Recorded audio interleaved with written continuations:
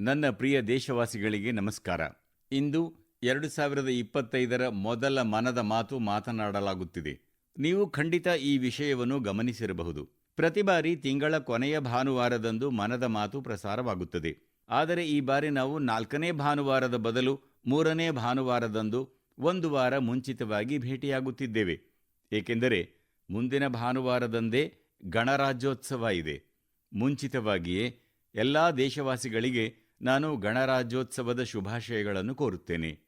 ಸ್ನೇಹಿತರೆ, ಈ ಬಾರಿಯ ಗಣರಾಜ್ಯೋತ್ಸವ ಬಹಳ ವಿಶೇಷವಾಗಿದೆ. ಇದು ಭಾರತೀಯ ಗಣರಾಜ್ಯೋತ್ಸವದ 75ನೇ ವರ್ಷಾಚರಣೆಯಾಗಿದೆ. ಈ ಬಾರಿ ಸಂವಿಧಾನ ಜಾರಿಗೆ ಬಂದು 75 ವರ್ಷಗಳು ಪೂರ್ಣಗೊಳ್ಳುತ್ತವೆ. ನಮ್ಮ ಪವಿತ್ರ ಸಂವಿಧಾನವನ್ನು ನಮಗೆ ನೀಡಿದ ಸಂವಿಧಾನ ರಚನಾ ಸಭೆಯ ಎಲ್ಲ ಮಹನೀಯರಿಗೆ ನಾನು ವಂದಿಸುತ್ತೇನೆ. ಸಂವಿಧಾನ ರಚನಾ ಸಭೆಯಲ್ಲಿ ಹಲವಾರು ವಿಷಯಗಳ ಮೇಲೆ ಸುದೀರ್ಘ ಚರ್ಚೆಗಳು ನಡೆದಿದ್ದವು. ಆ ಚರ್ಚೆಗಳು, ಸಂವಿಧಾನ ಸಭೆಯ ಸದಸ್ಯರ ಚಿಂತನೆಗಳು, ಅವರ ಅನಿಸಿಕೆಗಳು ನಮ್ಮ ಶ್ರೇಷ್ಠ ಪರಂಪರೆಯಾಗಿದೆ. ಇಂದು ಮನದ ಮಾತಿನಲ್ಲಿ ಕೆಲವು ಮಹಾನ್ ನಾಯಕರ ಮೂಲ ಧ್ವನಿಯನ್ನು ನಿಮಗೆ ಕೇಳಿಸುವ ಪ್ರಯತ್ನ ನನ್ನದು. ಸ್ನೇಹಿತರೆ, ಸಂವಿಧಾನ ರಚನಾ ಸಭೆಯು ತನ್ನ ಕೆಲಸವನ್ನು ಆರಂಭಿಸಿದಾಗ ಬಾಬಾ ಸಾಹೇಬ್ ಅಂಬೇಡ್ಕರ್ ಅವರು ಪರಸ್ಪರ ಸಹಕಾರದ ಕುರಿತು ಬಹು ಮುಖ್ಯವಾದ ವಿಷಯವನ್ನು ಹೇಳಿದ್ದರು. ಅವರ ಈ ಸಂಬೋಧನೆ ಇಂಗ್ಲಿಷ್ನಲ್ಲಿದೆ. ಅದರ ಆಯ್ದ ಒಂದು ಭಾಗವನ್ನು ನಿಮಗೆ ಕೇಳಿಸುತ್ತೇನೆ. So far as the ultimate goal is concerned, I think none of us need have any apprehensions. None of us need have any doubt. But my fear, which I must express clearly, is this. Our difficulty, as I said, is not about the ultimate future. Our difficulty is how to make the heterogeneous mess that we have today take a decision in common and march in a cooperative way on that road which is bound to lead us to unity. Our difficulty is not with regard to the ultimate. Our difficulty is with regard to the beginning. ಅಂತಿಮ ಗುರಿಗೆ ಸಂಬಂಧಿಸಿದಂತೆ ಇಲ್ಲಿಯವರೆಗೆ ನಮ್ಮಲ್ಲಿ ಯಾರಿಗೂ ಯಾವುದೇ ಆತಂಕಗಳಾಗಲಿ ಸಂದೇಹವಾಗಲಿ ಇಲ್ಲ ಎಂದು ನಾನು ಭಾವಿಸುತ್ತೇನೆ. ಆದರೆ ನನಗಿರುವ ಆತಂಕವನ್ನು ನಾನು ಇಲ್ಲಿ ಸ್ಪಷ್ಟವಾಗಿ ವ್ಯಕ್ತಪಡಿಸಬೇಕಾಗಿದೆ.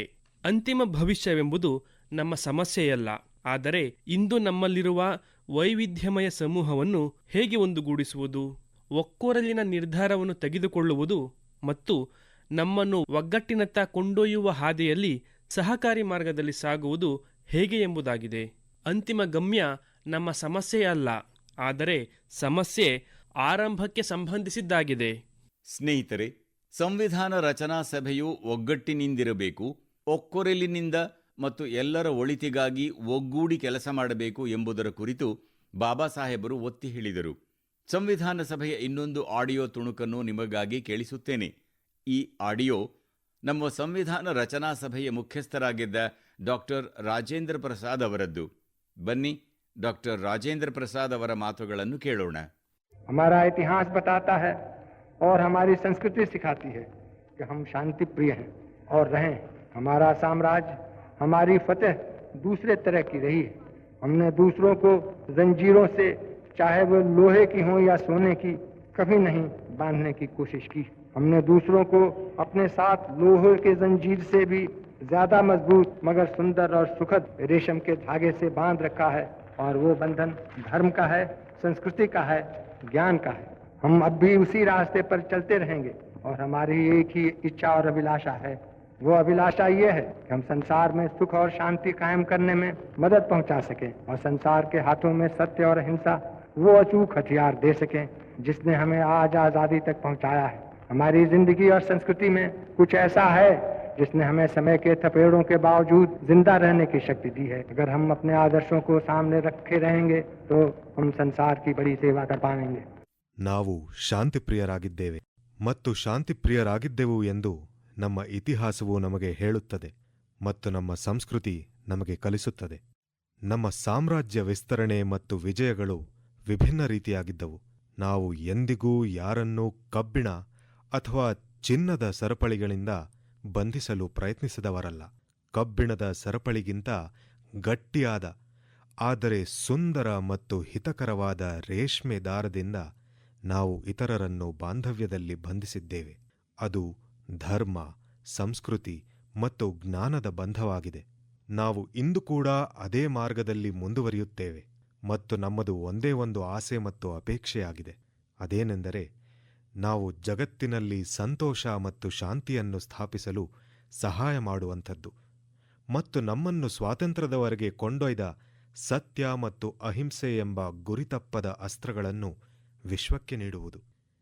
ಕಾಲನ ಹೊಡೆತಗಳ ಮಧ್ಯೆಯೇ ಬದುಕುವ ಶಕ್ತಿಯನ್ನು ನೀಡುವಂತಹ ಶಕ್ತಿ ನಮ್ಮ ಜೀವನ ಮತ್ತು ಸಂಸ್ಕೃತಿಯಲ್ಲಿದೆ. ನಮ್ಮ ಆದರ್ಶಗಳನ್ನು ನಾವು ಮುಂದಿಟ್ಟುಕೊಂಡು ಸಾಗಿದರೆ ಜಗತ್ತಿಗೆ ಮಹತ್ತರವಾದ ಸೇವೆಯನ್ನು ಒದಗಿಸಲು ಸಾಧ್ಯವಾಗುತ್ತದೆ. ಸ್ನೇಹಿತರೆ, ಡಾಕ್ಟರ್ ರಾಜೇಂದ್ರ ಪ್ರಸಾದ್ ಅವರು ಮಾನವೀಯ ಮೌಲ್ಯಗಳತ್ತ ದೇಶದ ಬದ್ಧತೆಯ ಕುರಿತು ಮಾತನಾಡಿದ್ದರು. ಈಗ ಡಾಕ್ಟರ್ ಶ್ಯಾಮಾ ಪ್ರಸಾದ್ ಮುಖರ್ಜಿಯವರ ಧ್ವನಿಯನ್ನು ಕೇಳಿಸುತ್ತೇನೆ. ಅವರು ಅವಕಾಶಗಳಲ್ಲಿ ಸಮಾನತೆ ಬಗ್ಗೆ ಮಾತನಾಡಿದ್ದರು. ಡಾಕ್ಟರ್ ಶ್ಯಾಮಾ ಪ್ರಸಾದ್ ಮುಖರ್ಜಿಯವರು ಹೀಗೆ ಹೇಳಿದ್ದರು.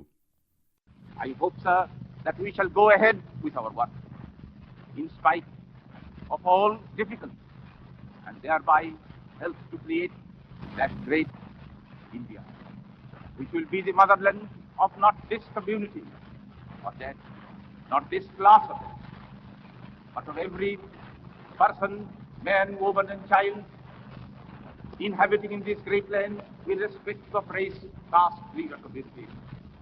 Everyone to have an equal opportunity so that he or she can develop himself and herself according to the best talent and serve the great common motherland of the earth. Sir, ಎಲ್ಲ ಸಂಕಷ್ಟಗಳ ಮಧ್ಯೆಯೂ ನಾವು ನಮ್ಮ ಕೆಲಸವನ್ನು ಮುಂದುವರಿಸುತ್ತೇವೆ ಮತ್ತು ತನ್ಮೂಲಕ ಮಹಾನ್ ಭಾರತ ರಚನೆಗೆ ಸಹಾಯ ಮಾಡುತ್ತೇವೆ ಎಂದು ನಾನು ಭಾವಿಸುತ್ತೇನೆ. ಈ ಮಾತೃಭೂಮಿ ಈ ಸಮುದಾಯ, ಆ ಸಮುದಾಯ, ಈ ವರ್ಗ, ಆ ವರ್ಗ ಮಾತ್ರಕ್ಕೆ ಸೀಮಿತವಾಗಿರದೆ ಪ್ರತಿಯೊಬ್ಬ ವ್ಯಕ್ತಿ, ಮನುಷ್ಯ, ಜನಾಂಗ, ಜಾತಿ, ಮತ ಅಥವಾ ಸಮುದಾಯವನ್ನು ಲೆಕ್ಕಿಸದೆ ಈ ಮಹಾನ್ ರಾಷ್ಟ್ರದಲ್ಲಿ ವಾಸಿಸುವ ಪ್ರತಿ ಪುರುಷ, ಮಹಿಳೆ ಮತ್ತು ಮಗುವಿಗೆ ಹೀಗೆ ಪ್ರತಿಯೊಬ್ಬರಿಗೂ ಸಮಾನ ಅವಕಾಶ ಕಲ್ಪಿಸುತ್ತದೆ. ಇದರಿಂದ ಮಹಿಳೆ ಅಥವಾ ಪುರುಷ ತನ್ನನ್ನು ತಾನು ಅತ್ಯುತ್ತಮ ಪ್ರತಿಭೆಗೆ ಅನುಸಾರ ಅಭಿವೃದ್ಧಿ ಹೊಂದಿ ಮಹಾನ್ ಮಾತೃಭೂಮಿ ಭಾರತಕ್ಕೆ ಸೇವೆ ಸಲ್ಲಿಸಬಹುದು. ಸ್ನೇಹಿತರೆ, ಸಂವಿಧಾನ ರಚನಾ ಸಭೆಯ ಚರ್ಚೆಯ ಈ ಮೂಲ ಆಡಿಯೋವನ್ನು ಕೇಳಿ ನಿಮಗೂ ಆನಂದವಾಗಿದೆ ಎಂದು ನಾನು ಭಾವಿಸುತ್ತೇನೆ. ದೇಶವಾಸಿಗಳಾದ ನಮಗೆ ಈ ಚಿಂತನೆಗಳಿಂದ ಸ್ಫೂರ್ತಿ ಪಡೆದು ನಮ್ಮ ಸಂವಿಧಾನವನ್ನು ರಚಿಸಿದವರೂ ಹೆಮ್ಮೆ ಪಡುವಂತಹ ಭಾರತವನ್ನು ನಿರ್ಮಿಸುವತ್ತ ಕೆಲಸ ಮಾಡಬೇಕಾಗಿದೆ. ಸ್ನೇಹಿತರೆ, ಗಣರಾಜ್ಯೋತ್ಸವದ ಒಂದು ದಿನ ಮುಂಚೆ ಅಂದರೆ ಜನವರಿ 25 ರಾಷ್ಟ್ರೀಯ ಮತದಾರರ ದಿನವಾಗಿದೆ. ಈ ದಿನದಂದು ಭಾರತೀಯ ಚುನಾವಣಾ ಆಯೋಗ ಸ್ಥಾಪನೆಯಾಗಿತ್ತು. ಆದ್ದರಿಂದ ಈ ದಿನ ಮಹತ್ವದ್ದಾಗಿದೆ. ನಮ್ಮ ಸಂವಿಧಾನ ನಿರ್ಮಾಪಕರು ಸಂವಿಧಾನದಲ್ಲಿ ನಮ್ಮ ಚುನಾವಣಾ ಆಯೋಗಕ್ಕೆ ಮತ್ತು ಪ್ರಜಾಪ್ರಭುತ್ವದಲ್ಲಿ ಜನರ ಭಾಗವಹಿಸುವಿಕೆಗೆ ಬಹುದೊಡ್ಡ ಸ್ಥಾನವನ್ನು ನೀಡಿದ್ದಾರೆ. 1951-52ರಲ್ಲಿ ದೇಶದಲ್ಲಿ ಪ್ರಥಮ ಬಾರಿಗೆ ಚುನಾವಣೆ ನಡೆದಾಗ ದೇಶದಲ್ಲಿ ಪ್ರಜಾಪ್ರಭುತ್ವ ಉಳಿಯುತ್ತದೆಯೇ ಎಂಬ ಅನುಮಾನ ಕೆಲವರಿಗಿತ್ತು. ಆದರೆ ನಮ್ಮ ಪ್ರಜಾಪ್ರಭುತ್ವ ಎಲ್ಲ ಆತಂಕಗಳನ್ನು ತೊಡೆದುಹಾಕಿತು. ಎಷ್ಟೇ ಆಗಲಿ, ಭಾರತ ಪ್ರಜಾಪ್ರಭುತ್ವದ ತಾಯಿಯಲ್ಲವೇ? ಕಳೆದ ದಶಕಗಳಲ್ಲಿಯೂ ದೇಶದ ಪ್ರಜಾಪ್ರಭುತ್ವ ಬಲಿಷ್ಠವಾಗಿದೆ ಮತ್ತು ಸಮೃದ್ಧವಾಗಿದೆ. ಕಾಲಕಾಲಕ್ಕೆ ನಮ್ಮ ಮತದಾನ ಪ್ರಕ್ರಿಯೆಯನ್ನು ಆಧುನೀಕರಿಸಿದ ಮತ್ತು ಬಲಪಡಿಸಿದ ಚುನಾವಣಾ ಆಯೋಗಕ್ಕೆ ನಾನು ಧನ್ಯವಾದ ಹೇಳಲು ಬಯಸುತ್ತೇನೆ. ಆಯೋಗ ಜನಶಕ್ತಿಗೆ ಹೆಚ್ಚಿನ ಬಲವನ್ನು ನೀಡಲು ತಂತ್ರಜ್ಞಾನದ ಸದುಪಯೋಗ ಮಾಡಿಕೊಂಡಿತು. ನ್ಯಾಯಸಮ್ಮತ ಚುನಾವಣೆಯ ಬದ್ಧತೆಗಾಗಿ ಚುನಾವಣಾ ಆಯೋಗವನ್ನು ನಾನು ಅಭಿನಂದಿಸುತ್ತೇನೆ. ದೇಶವಾಸಿಗಳು ತಮ್ಮ ಮತದಾನದ ಹಕ್ಕನ್ನು ಯಾವಾಗಲೂ ಗರಿಷ್ಠ ಸಂಖ್ಯೆಯಲ್ಲಿ ಬಳಸಲು ಮತ್ತು ದೇಶದ ಪ್ರಜಾಪ್ರಭುತ್ವ ಪ್ರಕ್ರಿಯೆಯ ಭಾಗವಾಗಲು ಮತ್ತು ಈ ಪ್ರಕ್ರಿಯೆಯನ್ನು ಬಲಪಡಿಸಲು ನಾನು ಕೋರುತ್ತೇನೆ. ನನ್ನ ಪ್ರಿಯ ದೇಶವಾಸಿಗಳೇ, ಪ್ರಯಾಗ್ರಾಜ್ನಲ್ಲಿ ಮಹಾಕುಂಭ ಆರಂಭವಾಗಿದೆ. ಚಿರಸ್ಮರಣೀಯ ಜನಸಾಗರ, ಊಹಿಸಲಾಗದಂತಹ ನೋಟ ಮತ್ತು ಸಮಾನತೆ ಮತ್ತು ಸಾಮರಸ್ಯದ ಅಸಾಧಾರಣ ಸಂಗಮ. ಈ ಬಾರಿ ಕುಂಭದಲ್ಲಿ ಹಲವು ವಿಶಿಷ್ಟತೆಗಳು ಸಾಕಾರಗೊಳ್ಳುತ್ತಿವೆ. ಮಹಾಕುಂಭದ ಈ ಉತ್ಸವ ವಿವಿಧತೆಯಲ್ಲಿ ಏಕತೆಯನ್ನು ಆಚರಿಸುತ್ತಿದೆ. ಸಂಗಮದ ತಟದಲ್ಲಿ ಭಾರತದಾದ್ಯಂತದ ಮತ್ತು ಪ್ರಪಂಚದಾದ್ಯಂತದ ಜನರು ಸೇರುತ್ತಾರೆ. ಸಾವಿರಾರು ವರ್ಷಗಳಿಂದ ನಡೆದುಕೊಂಡು ಬಂದಿರುವ ಈ ಸಂಪ್ರದಾಯದಲ್ಲಿ ಯಾವುದೇ ತಾರತಮ್ಯ, ಜಾತಿಭೇದ ಇಲ್ಲ. ಭಾರತದ ಉತ್ತರ, ದಕ್ಷಿಣ, ಪೂರ್ವ, ಪಶ್ಚಿಮ ಭಾಗಗಳಿಂದ ಜನರು ಇಲ್ಲಿಗೆ ಬರುತ್ತಾರೆ. ಶ್ರೀಮಂತರು ಮತ್ತು ಬಡವರು ಕುಂಭದಲ್ಲಿ ಒಂದಾಗುತ್ತಾರೆ. ಎಲ್ಲರೂ ಸಂಗಮದಲ್ಲಿ ಸ್ನಾನ ಮಾಡುತ್ತಾರೆ. ಅಂಗಡಿಗಳಲ್ಲಿ ಒಟ್ಟಿಗೆ ಊಟ ಮಾಡುತ್ತಾರೆ. ಪ್ರಸಾದವನ್ನು ತೆಗೆದುಕೊಳ್ಳುತ್ತಾರೆ. ಅದಕ್ಕಾಗಿಯೇ ಕುಂಭ ಏಕತೆಯ ಮಹಾಕುಂಭವಾಗಿದೆ. ನಮ್ಮ ಸಂಪ್ರದಾಯಗಳು ಹೇಗೆ ಸಂಪೂರ್ಣ ಭಾರತವನ್ನು ಒಗ್ಗೂಡಿಸುತ್ತವೆ ಎಂಬುದನ್ನು ಕುಂಭದ ಆಯೋಜನೆ ನಮಗೆ ತಿಳಿಸುತ್ತದೆ. ಉತ್ತರದಿಂದ ದಕ್ಷಿಣದವರೆಗೆ ಆಚಾರ, ವಿಚಾರ, ನಂಬಿಕೆಗಳನ್ನು ಅನುಸರಿಸುವ ವಿಧಾನಗಳು ಒಂದೇ ರೀತಿಯೂ ಆಗಿರುತ್ತವೆ. ಒಂದೆಡೆ ಪ್ರಯಾಗ್ರಾಜ್, ಉಜ್ಜಯಿನಿ, ನಾಸಿಕ್ ಮತ್ತು ಹರಿದ್ವಾರದಲ್ಲಿ ಕುಂಭವನ್ನು ಆಯೋಜಿಸಲಾಗುತ್ತದೆ. ಅದೇ ರೀತಿ ದಕ್ಷಿಣ ಭಾಗದಲ್ಲಿ ಗೋದಾವರಿ, ಕೃಷ್ಣ, ನರ್ಮದಾ ಮತ್ತು ಕಾವೇರಿ ನದಿಗಳ ದಡಗಳಲ್ಲಿ ಪುಷ್ಕರಂಗಳನ್ನು ಆಯೋಜಿಸಲಾಗುತ್ತದೆ. ಈ ಎರಡೂ ಉತ್ಸವಗಳು ನಮ್ಮ ಪವಿತ್ರ ನದಿಗಳು ಮತ್ತು ಅವುಗಳ ಆಸ್ಥೆಗಳಿಗೆ ಸಂಬಂಧಿಸಿದ್ದಾಗಿದೆ. ಅಂತೆಯೇ ಕುಂಭಕೋಣಂನಿಂದ ತಿರುಕ್ಕಡೆಯೂರ್, ಕೂಡವಾಸಲ್ನಿಂದ ತಿರುಚ್ಚರೈನಲ್ಲಿರುವ ಅನೇಕ ದೇವಾಲಯಗಳ ಪರಂಪರೆಯು ಕುಂಭದೊಂದಿಗೆ ಮೇಳೈಸಿದೆ. ಸ್ನೇಹಿತರೆ, ಈ ಬಾರಿ ಕುಂಭದಲ್ಲಿ ಯುವಕರ ಪಾಲ್ಗೊಳ್ಳುವಿಕೆ ಬಹಳ ವ್ಯಾಪಕವಾಗಿದೆ ಎಂಬುದನ್ನು ನೀವೆಲ್ಲರೂ ಗಮನಿಸಿರಬಹುದು. ಯಾವಾಗ ಯುವ ಪೀಳಿಗೆಯು ತಮ್ಮ ನಾಗರಿಕತೆಯ ಮೂಲದೊಂದಿಗೆ ಹೆಮ್ಮೆಯಿಂದ ಪಾಲ್ಗೊಳ್ಳುತ್ತದೆಯೋ ಆಗ ಅದರ ಬೇರುಗಳು ಗಟ್ಟಿಗೊಳ್ಳುತ್ತವೆ ಮತ್ತು ಅದರ ಸುವರ್ಣ ಭವಿಷ್ಯವೂ ಸಹ ರೂಪುಗೊಳ್ಳುವುದು ಖಚಿತವಾಗುತ್ತದೆ. ಈ ಬಾರಿ ನಾವು ಕುಂಭದ ಡಿಜಿಟಲ್ ಫುಟ್‌ಪ್ರಿಂಟ್ಸ್ ಕೂಡ ಬಹುದೊಡ್ಡ ಪ್ರಮಾಣದಲ್ಲಿ ಕಾಣುತ್ತಿದ್ದೇವೆ. ಕುಂಭದ ಈ ಜಾಗತಿಕ ಜನಪ್ರಿಯತೆಯು ಪ್ರತಿಯೊಬ್ಬ ಭಾರತೀಯನಿಗೂ ಹೆಮ್ಮೆಯ ವಿಷಯವಾಗಿದೆ. ಸ್ನೇಹಿತರೆ, ಕೆಲವೇ ದಿನಗಳ ಹಿಂದೆ ಪಶ್ಚಿಮ ಬಂಗಾಳದಲ್ಲಿ ಅದ್ಭುತವಾದ ಗಂಗಾ ಸಾಗರ ಜಾತ್ರೆಯನ್ನು ಆಯೋಜಿಸಲಾಗಿತ್ತು. ಸಂಕ್ರಾಂತಿಯ ಶುಭ ಸಂದರ್ಭದಲ್ಲಿ ಪ್ರಪಂಚದಾದ್ಯಂತದ ಲಕ್ಷಾಂತರ ಭಕ್ತರು ಈ ಜಾತ್ರೆಯಲ್ಲಿ ಪಾಲ್ಗೊಂಡಿದ್ದರು. ಕುಂಭ, ಪುಷ್ಕರಂ ಮತ್ತು ಗಂಗಾ ಸಾಗರ ಮೇಳದಂತಹ ನಮ್ಮ ಈ ಉತ್ಸವಗಳು ನಮ್ಮ ಸಾಮಾಜಿಕ ಸಂವಹನ, ಸಾಮರಸ್ಯ ಮತ್ತು ಏಕತೆಯನ್ನು ಹೆಚ್ಚಿಸುವ ಹಬ್ಬಗಳಾಗಿವೆ. ಈ ಉತ್ಸವಗಳು ಭಾರತದ ಜನರನ್ನು ಭಾರತದ ಸಂಪ್ರದಾಯಗಳೊಂದಿಗೆ ಬೆರೆಯುವಂತೆ ಮಾಡುತ್ತವೆ. ನಮ್ಮ ಶಾಸ್ತ್ರಗಳು ವಿಶ್ವದಲ್ಲಿ ಧರ್ಮ, ಅರ್ಥ, ಕಾಮ, ಮೋಕ್ಷ ಹೀಗೆ ಪ್ರಪಂಚದ ಎಲ್ಲ ನಾಲ್ಕಕ್ಕೂ ಹೇಗೆ ಒತ್ತು ನೀಡಿವೆಯೋ ಹಾಗೆ ನಮ್ಮ ಹಬ್ಬಗಳು ಮತ್ತು ಸಂಪ್ರದಾಯಗಳು ಆಧ್ಯಾತ್ಮಿಕ, ಸಾಮಾಜಿಕ, ಸಾಂಸ್ಕೃತಿಕ ಮತ್ತು ಆರ್ಥಿಕತೆಯ ಪ್ರತಿಯೊಂದು ಅಂಶವನ್ನೂ ಬಲಪಡಿಸುತ್ತವೆ. ಸ್ನೇಹಿತರೆ, ಈ ತಿಂಗಳು ಪುಷ್ಯ ಮಾಸದ ಶುಕ್ಲ ಪಕ್ಷದ ದ್ವಾದಶಿಯಂದು ನಾವು ರಾಮಲಲ್ಲಾ ಪ್ರಾಣ ಪ್ರತಿಷ್ಠಾಪನಾ ಉತ್ಸವದ ಪ್ರಥಮ ವಾರ್ಷಿಕೋತ್ಸವವನ್ನು ಆಚರಿಸಿದ್ದೇವೆ. ಈ ವರ್ಷ ಜನವರಿ 11ರಂದು ಪುಷ್ಯ ಮಾಸದ ಶುಕ್ಲ ಪಕ್ಷದ ದ್ವಾದಶಿ ತಿಥಿ ಇತ್ತು. ಈ ದಿನದಂದು ಲಕ್ಷಾಂತರ ರಾಮಭಕ್ತರು ಅಯೋಧ್ಯೆಯಲ್ಲಿ ರಾಮಲಲ್ಲಾ ಅವರ ಪ್ರತ್ಯಕ್ಷ ದರ್ಶನ ಮಾಡಿ ಆಶೀರ್ವಾದ ಪಡೆದರು. ಪ್ರಾಣ ಪ್ರತಿಷ್ಠೆಯ ಈ ದ್ವಾದಶಿಯು ಭಾರತದ ಸಾಂಸ್ಕೃತಿಕ ಪ್ರಜ್ಞೆಯ ಪುನಃಸ್ಥಾಪನೆಯ ದ್ವಾದಶಿಯಾಗಿದೆ.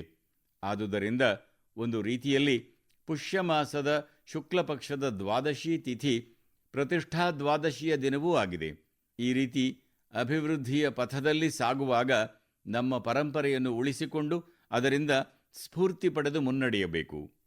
ನನ್ನ ಪ್ರಿಯ ದೇಶವಾಸಿಗಳೇ, 2025ರ ಪ್ರಾರಂಭದಲ್ಲಿಯೇ ಭಾರತ ಬಾಹ್ಯಾಕಾಶ ಕ್ಷೇತ್ರದಲ್ಲಿ ಅನೇಕ ಐತಿಹಾಸಿಕ ಸಾಧನೆಗಳನ್ನು ಮಾಡಿದೆ. ಇಂದು ಬೆಂಗಳೂರು ಮೂಲದ ಪಿಕ್ಸೆಲ್ ಭಾರತೀಯ ಬಾಹ್ಯಾಕಾಶ ತಂತ್ರಜ್ಞಾನದ ಸ್ಟಾರ್ಟಪ್ ಭಾರತದ ಮೊದಲ ಖಾಸಗಿ ಉಪಗ್ರಹ ಸಮೂಹ ಫೈರ್‌ಫ್ಲೈಯನ್ನು ಯಶಸ್ವಿಯಾಗಿ ಉಡಾಯಿಸಿತು ಎಂಬ ವಿಷಯ ಹಂಚಿಕೊಳ್ಳಲು ಹೆಮ್ಮೆಪಡುತ್ತೇನೆ. ಈ ಉಪಗ್ರಹ ಸಮೂಹವು ವಿಶ್ವದ ಅತಿ ಹೆಚ್ಚು ರೆಸಲ್ಯೂಷನ್ ಹೊಂದಿರುವ ಹೈಪರ್ ಸ್ಪೆಕ್ಟ್ರಲ್ ಉಪಗ್ರಹ ಸಮೂಹವಾಗಿದೆ. ಈ ಸಾಧನೆ ಭಾರತವನ್ನು ಆಧುನಿಕ ಬಾಹ್ಯಾಕಾಶ ತಂತ್ರಜ್ಞಾನದಲ್ಲಿ ಮುಂಚೂಣಿಯಲ್ಲಿ ಇರಿಸಿದ್ದಲ್ಲದೆ ಸ್ವಾವಲಂಬಿ ಭಾರತದತ್ತ ಒಂದು ದಾಪುಗಾಲಾಗಿದೆ. ಈ ಯಶಸ್ಸು ನಮ್ಮ ಖಾಸಗಿ ಬಾಹ್ಯಾಕಾಶ ಕ್ಷೇತ್ರದ ವೃದ್ಧಿಸುತ್ತಿರುವ ಶಕ್ತಿ ಮತ್ತು ನಾವೀನ್ಯತೆಯ ಸಂಕೇತವಾಗಿದೆ. ಈ ಸಾಧನೆಗಾಗಿ ಸಂಪೂರ್ಣ ರಾಷ್ಟ್ರದ ಪರವಾಗಿ ನಾನು ಪಿಕ್ಸೆಲ್ ತಂಡ, ಇಸ್ರೋ ಮತ್ತು ಇನ್ಸ್ಪೇಸ್ ಅನ್ನು ಅಭಿನಂದಿಸುತ್ತೇನೆ. ಸ್ನೇಹಿತರೆ, ಕೆಲವು ದಿನಗಳ ಹಿಂದೆ ನಮ್ಮ ವಿಜ್ಞಾನಿಗಳು ಬಾಹ್ಯಾಕಾಶ ಕ್ಷೇತ್ರದಲ್ಲಿ ಮತ್ತೊಂದು ದೊಡ್ಡ ಸಾಧನೆಯನ್ನು ಮಾಡಿದ್ದಾರೆ. ನಮ್ಮ ವಿಜ್ಞಾನಿಗಳು ಉಪಗ್ರಹಗಳ ಸ್ಪೇಸ್ ಡಾಕಿಂಗ್ ಮಾಡಿದ್ದಾರೆ. 2 ಬಾಹ್ಯಾಕಾಶ ನೌಕೆಗಳಿಗೆ ಬಾಹ್ಯಾಕಾಶದಲ್ಲಿ ಸಂಪರ್ಕ ಕಲ್ಪಿಸುವ ಪ್ರಕ್ರಿಯೆಯನ್ನು ಸ್ಪೇಸ್ ಡಾಕಿಂಗ್ ಎಂದು ಕರೆಯುತ್ತಾರೆ. ಈ ತಂತ್ರಜ್ಞಾನ ಬಾಹ್ಯಾಕಾಶ ನಿಲ್ದಾಣಕ್ಕೆ ಅವಶ್ಯಕ ವಸ್ತುಗಳ ಸರಬರಾಜಿಗೆ ಮತ್ತು ಸಿಬ್ಬಂದಿ ಕಾರ್ಯಾಚರಣೆಗೆ ಪ್ರಮುಖವಾಗಿದೆ. ಈ ಸಾಧನೆ ಮಾಡಿದ 4ನೇ ರಾಷ್ಟ್ರ ಎಂಬ ಹೆಗ್ಗಳಿಕೆಗೆ ಭಾರತ ಭಾಜ್ಯವಾಗಿದೆ. ಸ್ನೇಹಿತರೆ, ನಮ್ಮ ವಿಜ್ಞಾನಿಗಳು ಸಹ ಬಾಹ್ಯಾಕಾಶದಲ್ಲಿ ಸಸ್ಯಗಳನ್ನು ಬೆಳೆಸುವ ಮತ್ತು ಅವುಗಳನ್ನು ಜೀವಂತವಾಗಿಡುವ ಪ್ರಯತ್ನಗಳಲ್ಲಿ ತೊಡಗಿದ್ದಾರೆ. ಇದಕ್ಕಾಗಿ ಇಸ್ರೋ ವಿಜ್ಞಾನಿಗಳು ಅಲಸಂದೆ ಬೀಜಗಳನ್ನು ಆಯ್ದುಕೊಂಡರು. ಡಿಸೆಂಬರ್ 30ರಂದು ಕಳುಹಿಸಲಾದ ಈ ಬೀಜಗಳು ಬಾಹ್ಯಾಕಾಶದಲ್ಲಿಯೇ ಮೊಳಕೆಯೊಡೆದವು. ಇದು ಅತ್ಯಂತ ಸ್ಫೂರ್ತಿದಾಯಕ ಪ್ರಯೋಗವಾಗಿದ್ದು, ಭವಿಷ್ಯದಲ್ಲಿ ಬಾಹ್ಯಾಕಾಶದಲ್ಲಿ ತರಕಾರಿಗಳನ್ನು ಬೆಳೆಯಲು ಅವಕಾಶ ಕಲ್ಪಿಸಲಿದೆ. ಇದು ನಮ್ಮ ವಿಜ್ಞಾನಿಗಳ ದೂರದೃಷ್ಟಿಯನ್ನು ತೋರಿಸುತ್ತದೆ. ಸ್ನೇಹಿತರೆ, ನಾನು ನಿಮಗೆ ಮತ್ತೊಂದು ಸ್ಫೂರ್ತಿದಾಯಕ ಉಪಕ್ರಮದ ಬಗ್ಗೆ ಹೇಳಬಯಸುತ್ತೇನೆ. IIT ಮಡ್ರಾಸ್ನಲ್ಲಿರುವ ಎಕ್ಸ್ಟೆಮ್ ಕೇಂದ್ರ ಬಾಹ್ಯಾಕಾಶ ಉತ್ಪಾದನೆಗಾಗಿ ಹೊಸ ತಂತ್ರಜ್ಞಾನಗಳನ್ನು ಉಪಯೋಗಿಸಿ ಕಾರ್ಯನಿರ್ವಹಿಸುತ್ತಿದೆ. ಈ ಕೇಂದ್ರ 3D printed buildings, metal foams ಮತ್ತು ಬಾಹ್ಯಾಕಾಶದಲ್ಲಿ ಆಪ್ಟಿಕ್ ಫೈಬರ್ಗಳಂತಹ ತಂತ್ರಜ್ಞಾನಗಳ ಸಂಶೋಧನೆ ನಡೆಸುತ್ತಿದೆ. ಈ ಕೇಂದ್ರವು ನೀರಿಲ್ಲದೆ ಕಾಂಕ್ರೀಟ್ ತಯಾರಿಸುವಂತಹ ಕ್ರಾಂತಿಕಾರಿ ವಿಧಾನಗಳನ್ನು ಅಭಿವೃದ್ಧಿಪಡಿಸುತ್ತಿದೆ. ಎಕ್ಸ್ಟೆಮ್ನ ಈ ಸಂಶೋಧನೆ ಭಾರತದ ಗಗನಯಾನ ಮಿಷನ್ ಮತ್ತು ಭವಿಷ್ಯದ ಬಾಹ್ಯಾಕಾಶ ನಿಲ್ದಾಣವನ್ನು ಬಲಪಡಿಸುತ್ತದೆ. ಇದು ಉತ್ಪಾದನಾ ಕ್ಷೇತ್ರದಲ್ಲಿ ಆಧುನಿಕ ತಂತ್ರಜ್ಞಾನದ ಹೊಸ ದ್ವಾರಗಳನ್ನು ತೆರೆಯುತ್ತದೆ.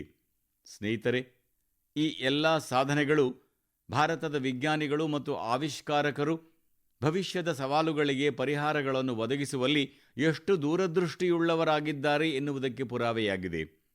ಇಂದು ನಮ್ಮ ದೇಶ ಬಾಹ್ಯಾಕಾಶ ತಂತ್ರಜ್ಞಾನದಲ್ಲಿ ಹೊಸ ದಾಖಲೆಗಳನ್ನು ಬರೆಯುತ್ತಿದೆ. ಇಡೀ ದೇಶದ ಪರವಾಗಿ ಭಾರತದ ವಿಜ್ಞಾನಿಗಳು, ಆವಿಷ್ಕಾರಕರು ಮತ್ತು ಯುವ ಉದ್ಯಮಿಗಳಿಗೆ ನನ್ನ ಶುಭಾಶಯಗಳನ್ನು ಸಲ್ಲಿಸುತ್ತೇನೆ. ನನ್ನ ಪ್ರೀತಿಯ ದೇಶವಾಸಿಗಳೇ, ನೀವು ಅನೇಕ ಸಲ ಮನುಷ್ಯರು ಮತ್ತು ಪ್ರಾಣಿಗಳ ನಡುವಿನ ಅದ್ಭುತ ಸ್ನೇಹದ ಚಿತ್ರಗಳನ್ನು ನೋಡಿರುತ್ತೀರಿ. ಪ್ರಾಣಿಗಳ ನಿಷ್ಠೆಯ ಕಥೆಗಳನ್ನು ಸಹ ನೀವು ಕೇಳಿರುತ್ತೀರಿ. ಸಾಕುಪ್ರಾಣಿಗಳೇ ಆಗಲಿ ಅಥವಾ ಕಾಡು ಪ್ರಾಣಿಗಳೇ ಆಗಲಿ, ಮನುಷ್ಯರೊಂದಿಗಿನ ಅವುಗಳ ಬಾಂಧವ್ಯ ಕೆಲವೊಮ್ಮೆ ನಮ್ಮನ್ನು ಆಶ್ಚರ್ಯಚಕಿತರನ್ನಾಗಿಸುತ್ತದೆ.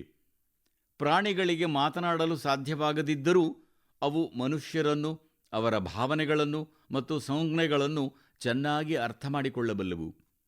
ಪ್ರಾಣಿಗಳೂ ಸಹ ಪ್ರೀತಿಯ ಭಾಷೆಯನ್ನು ಅನುಸರಿಸುತ್ತವೆ ಮತ್ತು ಅರ್ಥ ಮಾಡಿಕೊಳ್ಳುತ್ತವೆ. ನಾನು ನಿಮಗೆ ಅಸ್ಸಾಂನ ಒಂದು ಉದಾಹರಣೆಯನ್ನು ನಿಮ್ಮೊಂದಿಗೆ ಹಂಚಿಕೊಳ್ಳಲು ಬಯಸುತ್ತೇನೆ. ಅಸ್ಸಾಂನಲ್ಲಿ ನೌಗಾಂವ್ ಎಂಬ ಸ್ಥಳವೊಂದಿದೆ.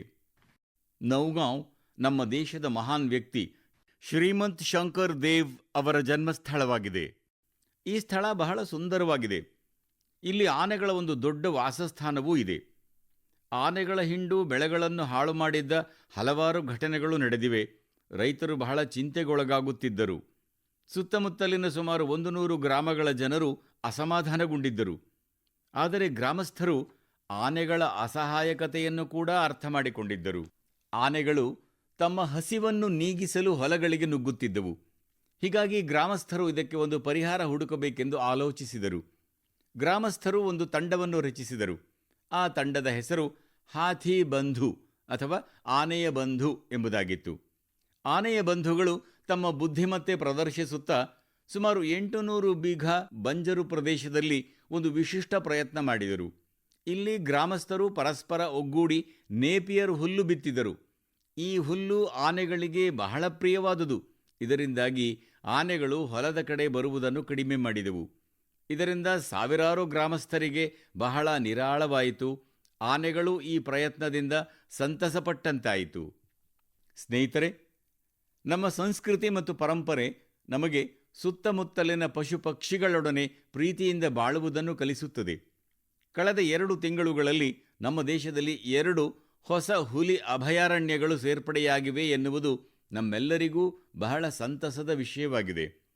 ಇವುಗಳ ಪೈಕಿ ಒಂದು ಛತ್ತೀಸ್ಗಢದಲ್ಲಿರುವ ಗುರು ಘಾಸಿದಾಸ್ ಕಮೋರ್ ಪಿಂಗಲಾ ಹುಲಿ ಅಭಯಾರಣ್ಯ ಮತ್ತು ಎರಡನೆಯದು ಮಧ್ಯಪ್ರದೇಶದ ರಾತಾಪಾನಿ ಹುಲಿ ಅಭಯಾರಣ್ಯ.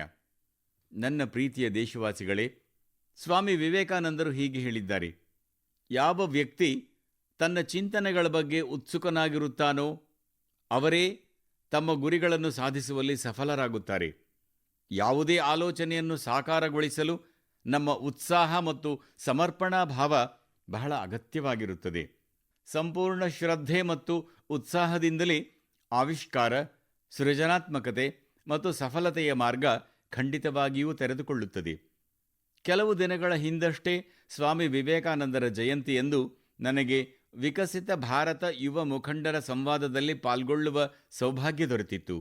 ಅಲ್ಲಿ ನಾನು ದೇಶದ ಮೂಲೆ ಮೂಲೆಗಳಿಂದ ಬಂದಿದ್ದಂತಹ ಹಲವು ಯುವ ಸ್ನೇಹಿತರೊಂದಿಗೆ ಇಡೀ ದಿನವನ್ನು ಕಳೆದೆ. ಯುವಜನತೆ, ನವೋದ್ಯಮಗಳು, ಸಂಸ್ಕೃತಿ, ಮಹಿಳೆ, ಯುವಜನತೆ ಮತ್ತು ಮೂಲಸೌಕರ್ಯದಂತಹ ಹಲವಾರು ಕ್ಷೇತ್ರಗಳ ಕುರಿತಂತೆ ತಮ್ಮ ಯೋಜನೆಗಳನ್ನು ನನ್ನೊಂದಿಗೆ ಹಂಚಿಕೊಂಡರು. ಈ ಕಾರ್ಯಕ್ರಮ ನನಗೆ ಸ್ಮರಣೀಯವಾಯಿತು. ಸ್ನೇಹಿತರೆ, ಕೆಲವು ದಿನಗಳ ಹಿಂದಷ್ಟೇ ಸ್ಟಾರ್ಟಪ್ ಇಂಡಿಯಾಗೆ 9 ವರ್ಷಗಳು ಪೂರ್ಣಗೊಂಡಿತು. ನಮ್ಮ ದೇಶದಲ್ಲಿ ಈ 9 ವರ್ಷಗಳಲ್ಲಿ ಎಷ್ಟು ನವೋದ್ಯಮಗಳು ಸ್ಥಾಪನೆಯಾಗಿವೆಯೋ ಅವುಗಳ ಪೈಕಿ ಅರ್ಧಕ್ಕಿಂತ ಹೆಚ್ಚು ನವೋದ್ಯಮಗಳು 2 ಮತ್ತು 3ನೇ ಸ್ತರದ ನಗರಗಳಲ್ಲಿವೆ ಮತ್ತು ನಮ್ಮ ನವೋದ್ಯಮಗಳು ಕೇವಲ ದೊಡ್ಡ ನಗರಗಳಿಗೆ ಮಾತ್ರ ಸೀಮಿತವಾಗಿಲ್ಲ ಎಂಬುದನ್ನು ಕೇಳಿ ಪ್ರತಿಯೊಬ್ಬ ಭಾರತೀಯನ ಹೃದಯವು ಸಂತಸದಿಂದ ತುಂಬುತ್ತದೆ. ಸಣ್ಣ ನಗರಗಳ ನವೋದ್ಯಮಗಳ ಪೈಕಿ ಅರ್ಧಕ್ಕಿಂತ ಹೆಚ್ಚು ನವೋದ್ಯಮಗಳ ನೇತೃತ್ವ ನಮ್ಮ ಹೆಣ್ಣು ಮಕ್ಕಳು ವಹಿಸಿದ್ದಾರೆಂದು ತಿಳಿದು ನಿಮಗೆ ಆಶ್ಚರ್ಯವೆನಿಸಬಹುದು. ಅಂಬಾಲಾ, ಹಿಸ್ಸಾರ್, ಕಾಂಗ್ರಾ, ಚೆಂಗಲ್ಪಟ್ಟು, ಬಿಲಾಸ್ಪುರ್, ಗ್ವಾಲಿಯರ್ ಮತ್ತು ವಾಶಿಂನಂತಹ ನಗರಗಳು ನವೋದ್ಯಮಗಳ ಕೇಂದ್ರಗಳಾಗುತ್ತಿವೆ ಎಂದು ತಿಳಿದಾಗ ನಮ್ಮ ಮನಸ್ಸು ಸಂತೋಷದಿಂದ ತುಂಬಿ ಬರುತ್ತದೆ. ನಾಗಾಲ್ಯಾಂಡ್ನಂತಹ ರಾಜ್ಯದಲ್ಲಿ ಕಳೆದ ವರ್ಷ ನವೋದ್ಯಮಗಳ ನೋಂದಣಿ 200ಕ್ಕಿಂತ ಹೆಚ್ಚಾಗಿದೆ. ತ್ಯಾಜ್ಯ ನಿರ್ವಹಣೆ, ನವೀಕರಿಸಲಾಗದ ಇಂಧನ, ಜೈವಿಕ ತಂತ್ರಜ್ಞಾನ ಮತ್ತು ಲಾಜಿಸ್ಟಿಕ್ಸ್ನಂತಹ ಕ್ಷೇತ್ರಗಳಲ್ಲಿ ನವೋದ್ಯಮಗಳು ಹೆಚ್ಚಾಗಿ ಕಂಡುಬರುತ್ತಿವೆ. ಇವು ಸಾಂಪ್ರದಾಯಿಕ ವಲಯಗಳಲ್ಲ, ಆದರೆ ನಮ್ಮ ಯುವಜನತೆ ಸಾಂಪ್ರದಾಯಿಕತೆಯನ್ನು ಮೀರಿ ಯೋಚಿಸುತ್ತಿದ್ದಾರೆ. ಆದ್ದರಿಂದಲೇ ಅವರಿಗೆ ಯಶಸ್ಸು ಕೂಡ ದೊರೆಯುತ್ತಿದೆ. ಸ್ನೇಹಿತರೆ, 10 ವರ್ಷಗಳ ಹಿಂದೆ ಯಾರಾದರೂ ನವೋದ್ಯಮ ಕ್ಷೇತ್ರದಲ್ಲಿ ತೊಡಗಬೇಕೆಂಬ ಕುರಿತು ಮಾತನಾಡಿದ್ದರೆ ಅವರು ಬೇರೆಯವರಿಂದ ಅಪಹಾಸ್ಯದ, ವ್ಯಂಗ್ಯದ ಮಾತುಗಳನ್ನು ಕೇಳಬೇಕಾಗುತ್ತಿತ್ತು. ಕೆಲವರಂತೂ ನವೋದ್ಯಮ ಎಂದರೇನು ಎಂದು ಕೂಡ ಕೇಳುತ್ತಿದ್ದರೆ, ಕೆಲವರು ಇದರಿಂದ ಏನನ್ನೂ ಸಾಧಿಸಲು ಸಾಧ್ಯವಿಲ್ಲವೆಂದೇ ಹೇಳುತ್ತಿದ್ದರು. ಆದರೆ ಈಗ ನೋಡಿ, 1 ದಶಕದಲ್ಲಿ ಎಷ್ಟು ದೊಡ್ಡ ಪರಿವರ್ತನೆಯಾಗಿದೆ. ನೀವು ಕೂಡ ಭಾರತದಲ್ಲಿ ತಯಾರಾಗುತ್ತಿರುವ ಹೊಸ ಅಗತ್ಯತೆಗಳ ಸಂಪೂರ್ಣ ಲಾಭ ಪಡೆದುಕೊಳ್ಳಿ. ನಿಮ್ಮ ಮೇಲೆ ನಿಮಗೆ ಸಂಪೂರ್ಣ ಭರವಸೆ ಇದ್ದಲ್ಲಿ ನಿಮ್ಮ ಕನಸುಗಳಿಗೆ ಹೊಸ ರೆಕ್ಕೆಗಳು ದೊರೆಯುತ್ತವೆ. ನನ್ನ ಪ್ರೀತಿಯ ದೇಶವಾಸಿಗಳೇ, ಒಳ್ಳೆಯ ಉದ್ದೇಶ ಮತ್ತು ನಿಸ್ವಾರ್ಥ ಮನೋಭಾವದಿಂದ ಮಾಡಿದ ಕೆಲಸ ದೂರದವರೆಗೆ ತಲುಪುತ್ತದೆ ಮತ್ತು ನಮ್ಮ ಮನದ ಮಾತು ಇದಕ್ಕೆ ಬಹಳ ದೊಡ್ಡ ವೇದಿಕೆಯಾಗಿದೆ. ನಮ್ಮಂತಹ ವಿಶಾಲವಾದ ದೇಶದಲ್ಲಿ ಯಾರಾದರೂ ದೂರದ ಪ್ರದೇಶದಲ್ಲಿಯೂ ಸಹ ಉತ್ತಮ ಕೆಲಸ ಮಾಡುತ್ತಿದ್ದರೆ ಮತ್ತು ಕರ್ತವ್ಯ ಪ್ರಜ್ಞೆಗೆ ಹೆಚ್ಚಿನ ಪ್ರಾಮುಖ್ಯತೆ ನೀಡುತ್ತಿದ್ದರೆ ಅವರ ಪ್ರಯತ್ನಗಳನ್ನು ಪ್ರದರ್ಶಿಸಲು ಇದು ಅತ್ಯುತ್ತಮ ವೇದಿಕೆಯಾಗಿದೆ. ಅರುಣಾಚಲ ಪ್ರದೇಶದಲ್ಲಿ ದೀಪಕ್ ನಾಬಾಮ್ ಅವರು ಸೇವೆಗೆ ಒಂದು ವಿಶಿಷ್ಟ ಉದಾಹರಣೆ ನೀಡಿದ್ದಾರೆ. ದೀಪಕ್ ಅವರು ಅಲ್ಲಿ ಒಂದು ಲಿವಿಂಗ್ ಹೋಮ್ ನಡೆಸುತ್ತಾರೆ. ಇಲ್ಲಿ ಮಾನಸಿಕ ಅಸ್ವಸ್ಥರಿಗೆ, ಶಾರೀರಿಕವಾಗಿ ಅಸಮರ್ಥರಾಗಿರುವವರಿಗೆ ಮತ್ತು ವೃದ್ಧರಿಗೆ ಸೇವೆ ಮಾಡಲಾಗುತ್ತದೆ. ಇಲ್ಲಿ ಮಾದಕ ಪದಾರ್ಥ ವ್ಯಸನಗಳಿಗೆ ಬಲಿಯಾದವರನ್ನು ಕೂಡ ನೋಡಿಕೊಂಡು ಆರೈಕೆ ಮಾಡಲಾಗುತ್ತದೆ. ದೀಪಕ್ ನಾಬಾಮ್ ಅವರು ಸಮಾಜದಿಂದ ವಂಚಿತರಾದವರಿಗೆ, ಹಿಂಸಾಚಾರ ಪೀಡಿತ ಕುಟುಂಬಗಳಿಗೆ ಮತ್ತು ವಸತಿಹೀನರಿಗೆ ಆಶ್ರಯ ಕಲ್ಪಿಸುವ ಅಭಿಯಾನ ಆರಂಭಿಸಿದ್ದಾರೆ. ಇಂದು ಅವರ ಸೇವೆ ಒಂದು ಸಂಸ್ಥೆಯ ರೂಪ ತಾಳಿದೆ. ಅವರ ಸಂಸ್ಥೆಗೆ ಹಲವಾರು ಪ್ರಶಸ್ತಿಗಳನ್ನು ನೀಡಿ ಗೌರವಿಸಲಾಗಿದೆ. ಲಕ್ಷದ್ವೀಪದ ಕವರತ್ತಿ ದ್ವೀಪದಲ್ಲಿ ನರ್ಸ್ ಆಗಿ ಕರ್ತವ್ಯ ನಿರ್ವಹಿಸುತ್ತಿರುವ ಕೆ ಹಿಂಡುಂಬಿ ಅವರ ಕೆಲಸ ಕೂಡ ಬಹಳ ಪ್ರೇರಣಾದಾಯಕವಾಗಿದೆ. ಅವರು 18 ವರ್ಷಗಳಿಗೆ ಮುನ್ನವೇ ಸರ್ಕಾರಿ ಉದ್ಯೋಗದಿಂದ ನಿವೃತ್ತಿ ಹೊಂದಿದ್ದಾರೆಂದು ತಿಳಿದು ನಿಮಗೆ ಆಶ್ಚರ್ಯವಾಗಬಹುದು. ಆದರೆ ಅವರು ಈಗಲೂ ಹಿಂದಿನಂತೆಯೇ ಅದೇ ಕರುಣೆ, ಸ್ನೇಹ, ಸಹಾನುಭೂತಿಯ ಮನೋಭಾವದಿಂದ ಜನರ ಸೇವೆಯಲ್ಲಿ ತೊಡಗಿಸಿಕೊಂಡಿದ್ದಾರೆ. ಲಕ್ಷದ್ವೀಪದಲ್ಲಿಯೇ ಇರುವ ಕೆಜಿ ಮೊಹಮ್ಮದ್ ಅವರ ಪ್ರಯತ್ನವೂ ಕೂಡ ಬಹಳ ಅದ್ಭುತವಾಗಿದೆ. ಅವರ ಶ್ರಮದಿಂದಾಗಿ ಮಿನಿಕಾಯಿನ್ ದ್ವೀಪದ ಸಾಗರ ಪರಿಸರ ವ್ಯವಸ್ಥೆ ಬಲಿಷ್ಠವಾಗುತ್ತಿದೆ. ಅವರು ಪರಿಸರದ ಬಗ್ಗೆ ಜನರಲ್ಲಿ ಜಾಗೃತಿ ಮೂಡಿಸುವುದಕ್ಕಾಗಿ ಹಲವಾರು ಗೀತೆಗಳನ್ನು ರಚಿಸಿದ್ದಾರೆ. ಅವರಿಗೆ ಲಕ್ಷದ್ವೀಪದ ಸಾಹಿತ್ಯ ಕಲಾ ಅಕಾಡೆಮಿ ಕಡೆಯಿಂದ ಅತ್ಯುತ್ತಮ ಜಾನಪದ ಗೀತೆ ಪ್ರಶಸ್ತಿ ಕೂಡ ದೊರೆತಿದೆ. ಕೆಜಿ ಮೊಹಮ್ಮದ್ ಅವರು ನಿವೃತ್ತಿಯ ನಂತರ ಅಲ್ಲಿನ ಸಂಗ್ರಹಾಲಯದೊಂದಿಗೆ ಕೈಜೋಡಿಸಿ ಕೆಲಸ ಮಾಡುತ್ತಿದ್ದಾರೆ. ಸ್ನೇಹಿತರೆ, ಅಂಡಮಾನ್ ಮತ್ತು ನಿಕೋಬಾರ್ ದ್ವೀಪ ಸಮೂಹಕ್ಕೆ ಸಂಬಂಧಿಸಿದ ದೊಡ್ಡ ಉತ್ತಮ ಸಮಾಚಾರವೊಂದಿದೆ. ನಿಕೋಬಾರ್ ಜಿಲ್ಲೆಯಲ್ಲಿ ವರ್ಜಿನ್ ಕೊಬ್ಬರಿ ಎಣ್ಣೆಗೆ ಇತ್ತೀಚೆಗೆ GI ಟ್ಯಾಗ್ ದೊರೆತಿದೆ. ಈ ತೈಲದ ಉತ್ಪಾದನೆಯಲ್ಲಿ ತೊಡಗಿರುವ ಮಹಿಳೆಯರನ್ನು ಒಂದುಗೂಡಿಸಿ ಸ್ವಸಹಾಯ ಗುಂಪು ರಚಿಸಲಾಗುತ್ತಿದ್ದು, ಅವರಿಗೆ ಮಾರ್ಕೆಟಿಂಗ್ ಮತ್ತು ಬ್ರ್ಯಾಂಡಿಂಗ್ ಕುರಿತಂತೆ ವಿಶೇಷ ತರಬೇತಿಯನ್ನು ಕೂಡ ನೀಡಲಾಗುತ್ತಿದೆ. ಇದು ನಮ್ಮ ಬುಡಕಟ್ಟು ಸಮುದಾಯದವರನ್ನು ಆರ್ಥಿಕವಾಗಿ ಸಶಕ್ತರನ್ನಾಗಿ ಮಾಡುವ ನಿಟ್ಟಿನಲ್ಲಿ ಬಹುದೊಡ್ಡ ಹೆಜ್ಜೆಯಾಗಿದೆ. ಭವಿಷ್ಯದಲ್ಲಿ ನಿಕೋಬಾರ್ನ ವರ್ಜಿನ್ ಕೊಬ್ಬರಿ ಎಣ್ಣೆ ವಿಶ್ವದಲ್ಲಿ ಸಂಚಲನ ಸೃಷ್ಟಿಸಲಿದೆ ಮತ್ತು ಇದರಲ್ಲಿ ಬಹುದೊಡ್ಡ ಕೊಡುಗೆ ಅಂಡಮಾನ್ ಮತ್ತು ನಿಕೋಬಾರ್ನ ಮಹಿಳಾ ಸ್ವಸಹಾಯ ಗುಂಪಿನದ್ದಾಗಿರುತ್ತದೆ ಎಂಬ ನಂಬಿಕೆ ನನಗಿದೆ. ನನ್ನ ಪ್ರೀತಿಯ ದೇಶವಾಸಿಗಳೇ, ಒಂದು ಕ್ಷಣ ನೀವು ಒಂದು ದೃಶ್ಯವನ್ನು ಕಲ್ಪಿಸಿಕೊಳ್ಳಿ. ಕೋಲ್ಕತಾದಲ್ಲಿ ಜನವರಿ ತಿಂಗಳ ಕಾಲ, ಎರಡನೇ ಮಹಾಯುದ್ಧ ಉತ್ತುಂಗದಲ್ಲಿದೆ. ಅಂತೆಯೇ ಭಾರತದಲ್ಲಿ ಬ್ರಿಟಿಷರ ವಿರುದ್ಧವೂ ಕೋಪವೂ ಪರಾಕಾಷ್ಠೆ ತಲುಪಿದೆ. ಹೀಗಾಗಿ ನಗರದಲ್ಲಿ ಹೆಜ್ಜೆ ಹೆಜ್ಜೆಗೂ ಪೊಲೀಸರನ್ನು ನಿಯೋಜಿಸಲಾಗಿದೆ. ಕೋಲ್ಕತಾದ ಮಧ್ಯಭಾಗದಲ್ಲಿ ಒಂದು ಮನೆಯ ಸುತ್ತಮುತ್ತ ಪೊಲೀಸರ ಕಣ್ಗಾವಲು ಹೆಚ್ಚಾಗಿದೆ. ಈ ನಡುವೆ ಉದ್ದದ ಕಂದು ಬಣ್ಣದ ಕೋಟ್, ಪ್ಯಾಂಟ್ ಹಾಗೂ ಕಪ್ಪು ಟೋಪಿ ಧರಿಸಿದ ವ್ಯಕ್ತಿಯೊಬ್ಬರು ರಾತ್ರಿಯ ಕತ್ತಲಿನಲ್ಲಿ ಒಂದು ಬಂಗಲೆಯಿಂದ ಕಾರ್ನಲ್ಲಿ ಮನೆಯಿಂದ ಹೊರಗೆ ಹೊರಡುತ್ತಾರೆ. ಬಲಿಷ್ಠ ಸುರಕ್ಷತೆ ಇರುವ ಹಲವಾರು ಚೆಕ್ ಪೋಸ್ಟ್ಗಳನ್ನು ದಾಟಿದ ನಂತರ ಅವರು ಗೋಮೋ ಎಂಬ ರೈಲು ನಿಲ್ದಾಣವನ್ನು ತಲುಪುತ್ತಾರೆ. ಈ ಸ್ಟೇಷನ್ ಈಗ ಜಾರ್ಖಂಡ್ನಲ್ಲಿದೆ. ಇಲ್ಲಿಂದ ಒಂದು ರೈಲಿನಲ್ಲಿ ಅವರು ಮುಂದಿನ ಪಯಣ ಕೈಗೊಳ್ಳುತ್ತಾರೆ.